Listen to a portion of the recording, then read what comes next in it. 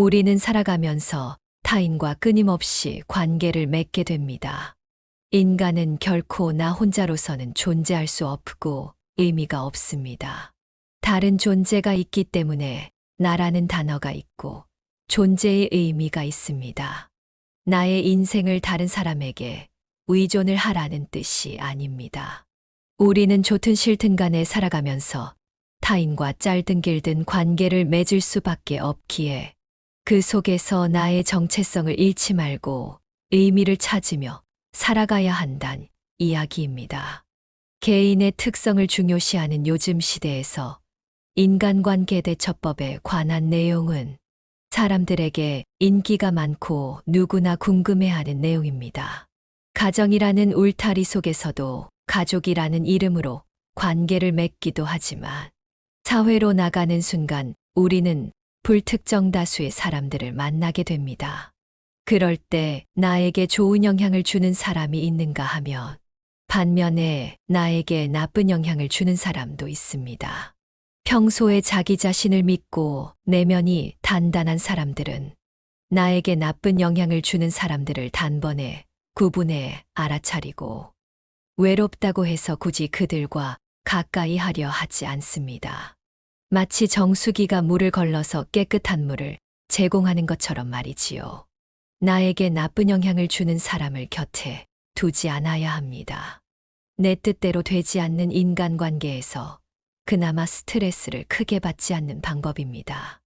알면서도 그게 마음대로 되지 않는 분들이 많을 거라고 생각이 됩니다. 주변의 인간관계로 고민하는 분들 중에는 여러 경우가 있겠지만 좋은 영향, 나쁜 영향을 끼치는 사람을 구분하는 것이 힘든 사람들은 나를 자기 편의에 맞춰서 이용하거나 은근히 무시하는 사람을 곁에 둘 수 있습니다. 친구 혹은 지인 때문에 무례한 상황을 겪거나 대접을 받고 나서 그 사람은 그런 의도가 아니었을 거야. 친구끼리 하는 장난이지, 뭐. 이런 식의 여러분 자신을 위로하는 말은 그만두시기 바랍니다. 이미 그렇게 생각한다는 것 자체가 그 사람의 행동이 나에게 상처가 되고 있다는 것이니까요.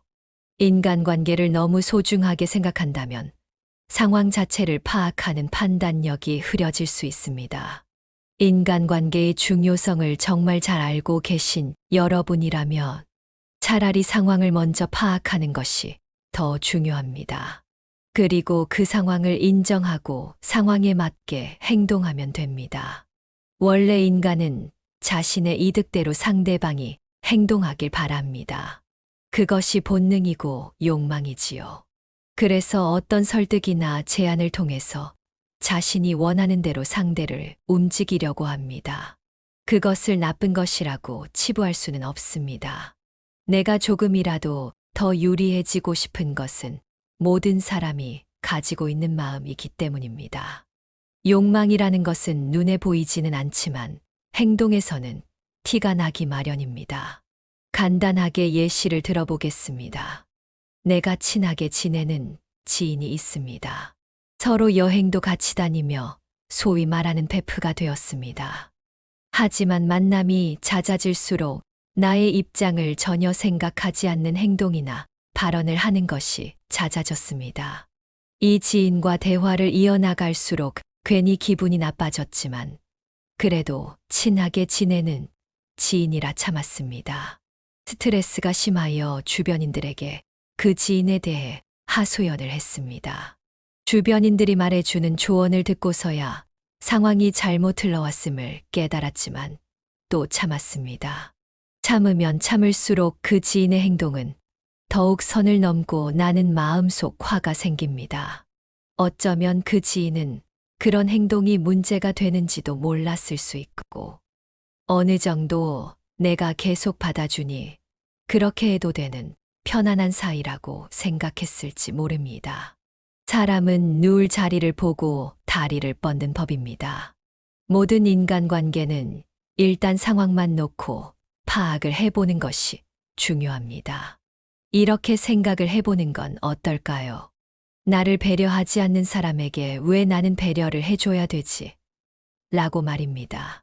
이런 생각을 해야 건강하지 못한 관계를 정리할 수 있게 됩니다.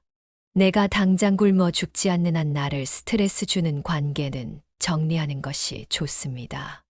나에게 지속적인 스트레스를 주는 그 지인과의 관계를 정리하는 방법을 생각해 볼까요? 선택할 수 있는 선택지는 두 가지가 있습니다. 첫 번째는 그 지인에게 기분이 나쁜 부분에 대해서 명확히 이야기하는 것입니다. 그리고 상대는 다음과 같은 반응을 하겠지요. 상대방이 나에게 사과를 하며 오해를 푼 뒤 잘 지낼 수도 있고, 혹은 나를 이해하지 못하겠다며 서로 관계가 멀어질 수도 있겠지요. 두 번째 방법으로는 더 이상 그 지인을 그냥 만나지 않는 것입니다. 연락을 끊으려면 제대로 끊어야겠지요. 상대방도 눈치가 있으면 연락하지 않을 것입니다. 되도록이면 두 번째 방법보다는 첫 번째 방법을 추천드립니다. 첫 번째 방법으로 대응을 하는 것이 익숙해지면 나를 막 대하는 상대를 대처할 수 있는 힘이 생깁니다. 내가 한 사람에게 완전히 맞는 사람이 되어줄 수 없듯이 상대도 나와 같을 것입니다. 그러니 인간관계에서 내가 불편함을 느끼거나 부당함을 느낀다면 자연스럽게 털어놓고 이야기할 수 있는 스킬이 쌓여야 합니다. 자연스럽게 거절도 해보고 아닌 것은 아니다 라고 이야기를 할 수 있는 여러분이 되셔서 원활한 인간관계를 유지해 나가시길 바랍니다.